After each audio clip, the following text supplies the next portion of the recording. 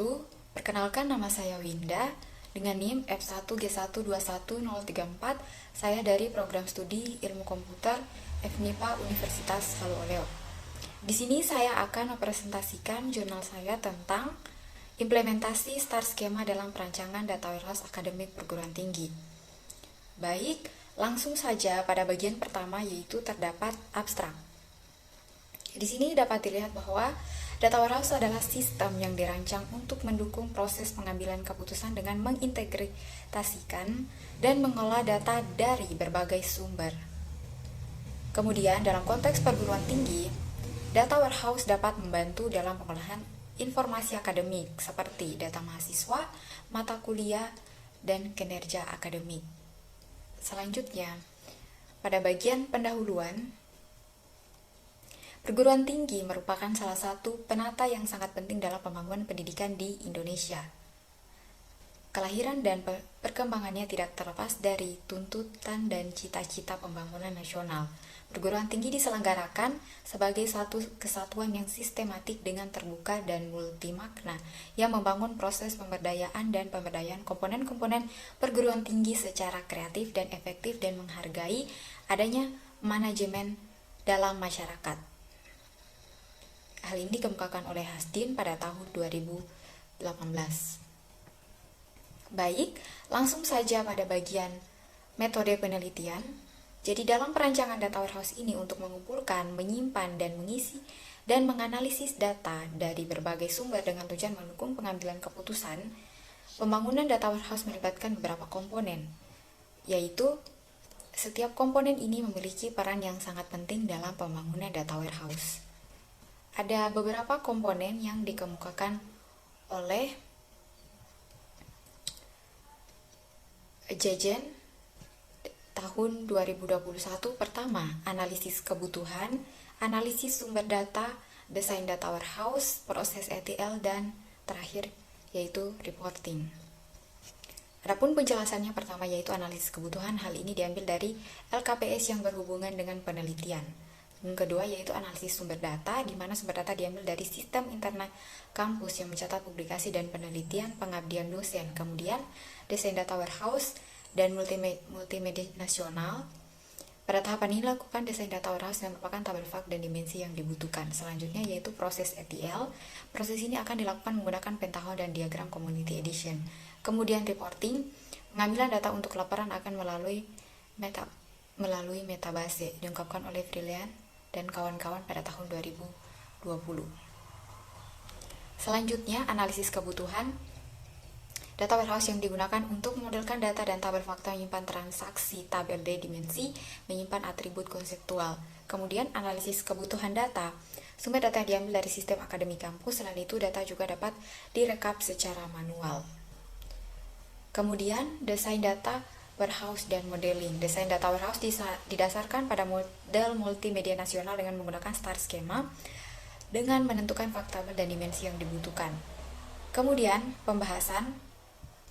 Pertama, analisis kebutuhan dan penentuan subjek warehouse system.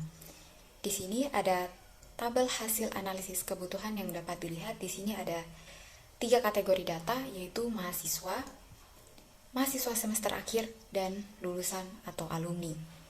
Dan untuk jenis informasi sumber, di sini berbeda-beda untuk tiap kategori. Seperti kategori mahasiswa, ada profil mahasiswa per tahun masuk, per studi program, profil mahasiswa cuti profil, dan juga beberapa kebutuhan lainnya. Selanjutnya untuk profil mahasiswa semester akhir, yaitu di sini hanya ada satu kebutuhan, yaitu profil mahasiswa semester akhir. Kemudian untuk lulusan alumni, di sini ada profil lulusan berdasarkan tahun lulus per prodi, dan IPK ada profil lulus berdasarkan tahun lulus per prodi dan lama studi, serta profil lulus berdasarkan tahun lulus per prodi dan lulus penyelesaian tugas akhir.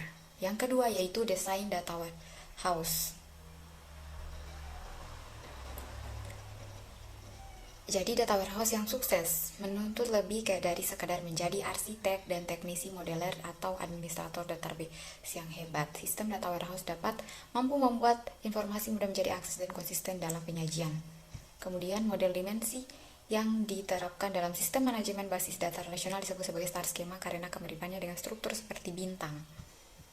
Selanjutnya yaitu multimediasi yang disebut sebagai Online Analytic Processing atau OLAP atau disingkat dengan OLAP GUPS. Gambarnya dapat dilihat. Kemudian untuk membantu dalam membentuk star skema akademik maka perlu rancangan matrik. Pada tabel 2 diperhatikan bagaimana rancangan matrik sesuai dengan analisis kebutuhan. Setiap star skema membentuk data mart yang terdiri dari sebuah tabel fakta dan merupakan suatu kejadian dalam proses bisnis dan tabel-tabel dimensi. Adapun tabel kebutuhan penilaian dapat dilihat di sini ada dua, yaitu penilaian dan kemahasiswaan. Selanjutnya yaitu star skema dalam yang dapat dilihat ya pada gambar. Untuk star skema ini ada relasi utama yaitu adalah tabel fakta dan tabel dimensi.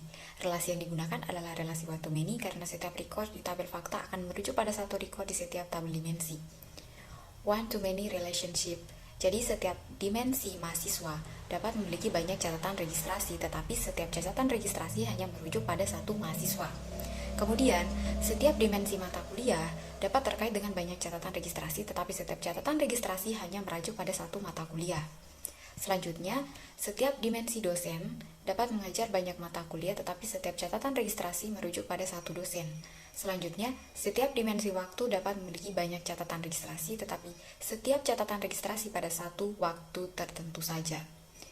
Setiap star skema memiliki fakta tabel, yaitu pertama, fakta registrasi yang menghimpun data mahasiswa yaitu dosen, waktu, dan mata kuliah. Yang kedua, dimensi mahasiswa berfokus pada informasi terkait mahasiswa yang terdaftar di perguruan tinggi.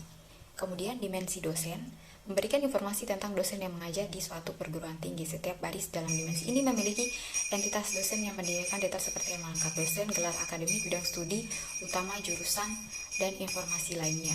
Kemudian dimensi waktu memberikan informasi tentang waktu dalam konteks akademik. Dimensi mahasiswa berfokus pada informasi terkait mata kuliah yang diajarkan di perguruan tinggi. Baik, itu saja presentasi dari saya. Untuk kesimpulannya yaitu data warehouse adalah sistem yang dirancang untuk mendukung proses pengambilan keputusan dengan mengintegrasikan dan mengelola data dari berbagai sumber. Data warehouse yang sukses menuntut lebih dari sekadar arsitek, teknis, model, atau administrator database yang hebat. Pengembangan data warehouse untuk menggunakan pendekatan bottom up untuk membantu dalam pembuatan data warehouse dengan cara fokus pada setiap domain sebelum disatukan menjadi data warehouse global. Untuk referensinya yang saya gunakan dapat dilihat. Baik, itu saja presentasi dari saya. Wassalamualaikum warahmatullahi wabarakatuh.